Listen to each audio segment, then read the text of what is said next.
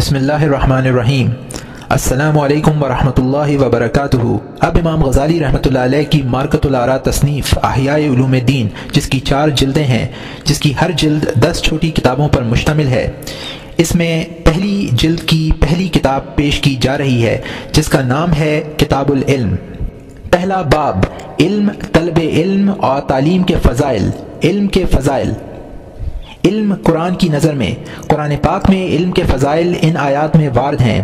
شہد اللہ انہ لا الہ الا ہو والملائکۃ واولو العلم قائما بالقسط، یہ پارہ نمبر 3 رکوع نمبر 10 کی آیت نمبر 18 ہے۔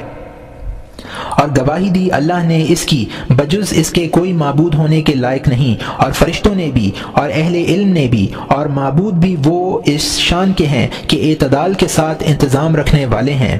ملاحظہ کیجئے کہ اللہ تعالیٰ نے شہادت کی ابتدا اولاً اپنی ذات سے فرمائی، پھر فرشتوں کا ذکر فرمایا، اور تیسرے نمبر پر اہل علم کا ذکر کیا۔ اہل علم کی فضیلت، عظمت اور شرف پر یہ بڑی دلیل ہے۔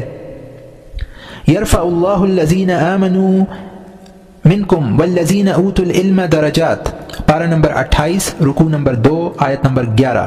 اللہ تعالیٰ اس حکم کی اطاعت سے تم میں ایمان والوں کے اور ایمان والوں میں ان لوگوں کے جن کو علم دین عطا ہوا ہے اخروی درجے بلند کرے گا۔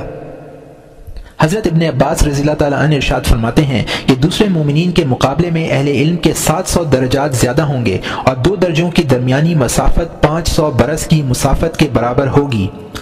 قل هل يستوي الذين يعلمون والذين لا يعلمون، پارہ نمبر 23 رکوع نمبر 15 آیت نمبر 9۔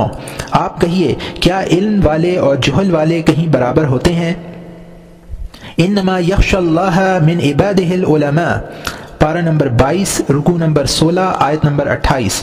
اور خدا سے وہی بندے ڈرتے ہیں جو اس کی عظمت کا علم رکھتے ہیں۔ قل كفى بالله شهيدا بيني وبينكم ومن عنده علم الكتاب، پارہ نمبر 13 رکوع نمبر 12 آیت نمبر 43۔ آپ فرما دیجئے کہ میرے اور تمہارے درمیان میری نبوت پر اللہ تعالیٰ اور وہ شخص جس کے پاس کتاب آسمانی کا علم ہے کافی گواہ ہیں۔ قال الذي عنده علم من الكتاب انا اتبعك به، پارہ نمبر 19 رکوع نمبر 18 آیت نمبر 40۔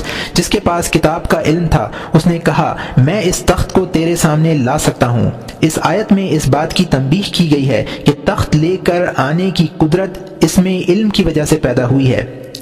وقال الذين اوتوا العلم ويلكم ثواب الله خير لمن آمن وعمل صالحا، پارہ نمبر 20 رکوع نمبر 10 آیت نمبر 80۔ اور جن لوگوں کو دین کی فہم عطا ہوئی تھی کہنے لگے، ارے تمہارا ناس ہو، اللہ تعالیٰ کے گھر کا ثواب 1000 درجہ بہتر ہے جو ایسے شخص کو ملتا ہے کہ ایمان لائے اور نیک عمل کرے۔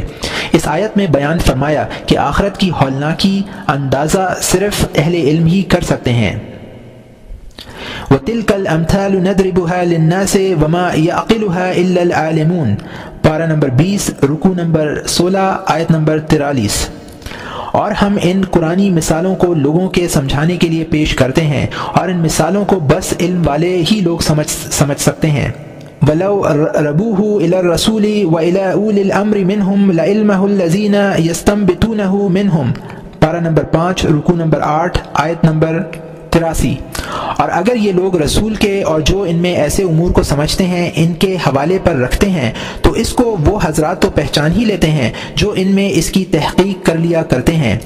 اس آیت میں اللہ تعالیٰ نے معاملات کے باب میں حکم کو علماء کے استنباط اور اجتہاد کی طرف راجع فرمایا، اور احکام خداوندی کے استنباط و استخراج میں انہیں انبیاء کے ساتھ ذکر کیا۔